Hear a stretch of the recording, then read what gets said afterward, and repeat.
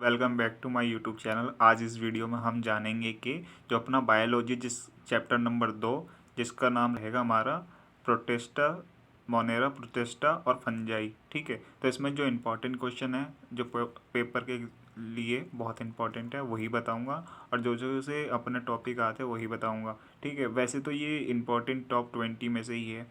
तो स्टार्ट करते हैं। ये पहला हमारा बैक्टीरिया की संरचना है। ठीक है, बैक्टीरिया की संरचना है। इसमें आपको बैक्टीरिया की लिपिड मतलब कि बैक्टीरिया किससे लिपिड से बना होता है, ये पेप्टिडोग्लाइकिन से बना होता है, एक गुणसूत्रीय होता है। ठीक है, और ये इसका डायग्राम दे रखा है, इसकी डेफिनेशन दे रखी है थोड़ी सी, और ये डायग्राम दे रखा है। ठीक है, नेक्स्ट पेज देखते हैं हम। नेक्स्ट पेज में हमारा ये मोस्ट इंपॉर्टेंट होने वाला है। हमेशा आपको आप पीवीसी और क्वेश्चन पेपर खंगाल लीजिए, आपको ये क्वेश्चन हमेशा ही मिलेगा। ठीक है, जो बैक्टीरिया और साइनोबैक्टीरिया में डिफरेंस बताना है। तो देखो, ये जो बैक्टीरिया होता है वो छोटा कोशिका होता है, ये साइनोबैक्टीरिया वो बड़ी कोशिका होती है। ठीक है, इसमें कसाब हो सकता है और इसमें कसाब नहीं होता साइनोबैक्टीरिया में। आपको दिख रहा है तो इसको आप देख लीजिए। ठीक है, इससे प्रकाश संश्लेषण मतलब कि फोटोसिंथेसिस होता है, इसमें नहीं होता। इस टाइप का रहेगा। ठीक है, लैंगिक जन्म, ठीक है, आलैंगिक संयुग्मन। ठीक है, तो इसमें लाभदायक बैक्टीरिया जो कि लाभदायक होता है, पहला पॉइंट में हमारा लिखा है मशरूम। मशरूम किस लिए लाभदायक है? खाने के लिए। ठीक है, ये हमारा ईस्ट मतलब कि जो ब्रेड में फर्मेंटेशन, जैसे ब्रेड में जो हमारे होल्स दिखते हैं, ये इडली हो गया हमारा, जिसमें हमारे को होल्स दिखते हैं जो मतलब कि कार्बन डाइऑक्साइड को निकालते हैं। तो ये इस चीज़ से, ठीक है ना, पनीर में भी हल्के हल्के हॉल और सॉफ्ट होता है वो।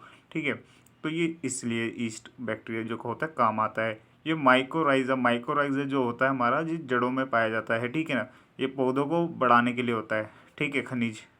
और न्यूरोस्पोरा, ये अनुवांशिकी और उसमें दवाइयों में काम आता है। ठीक है, एंटीबायोटिक, पांचवा एंटीबायोटिक में होता है। ठीक है ना, तो ये स्टेप का रहेगा, आप इसको ध्यान से देख लेना। ठीक है, इसके बाद हमारा है लाभदायक और हानिकारक, मतलब कि ये पहले वाला और ये दूसरे वाला, ये इनमें से क्वेश्चन बनता है। और एक तीसरा है जिसमें से ये आपका बन जाएगा। ठीक है, लाभदायक और हानिकारक बैक्टीरिया। ठीक है, लाभ हानि। ठीक है, लाभ और हानि।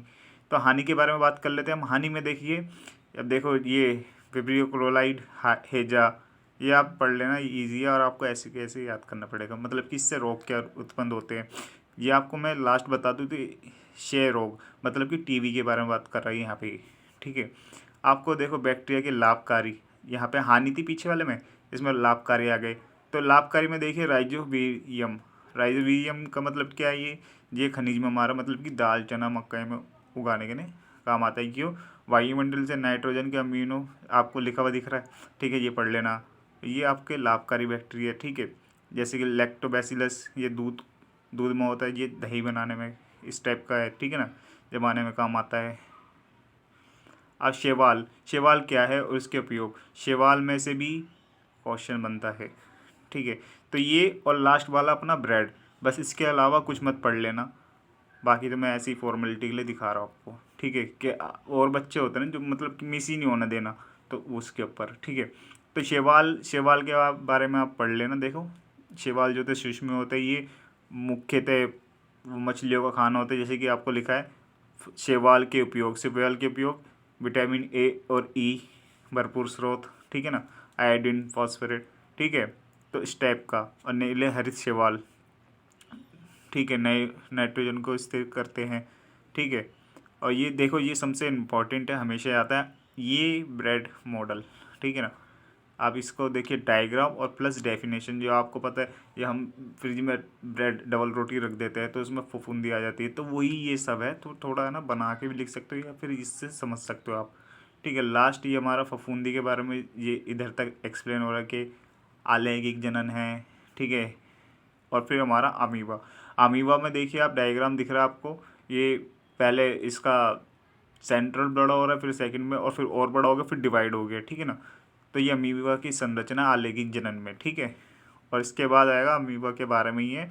और बैक्टीरिया में होने वाले द्विविभाजन द्वारा जनन का समझाइए, मतलब कि इम्पोर्टेंट नहीं है, जो इम्पोर्टेंट था वो हो गया है। ठीक है, और ये बैक्टीरिया का द्विविभाजन आ गया अपना, और ये यहीं ख़त्म होता है। Thank you. अगर वीडियो अच्छी लगी तो लाइक करिए, सब्सक्राइब, थैंक यू।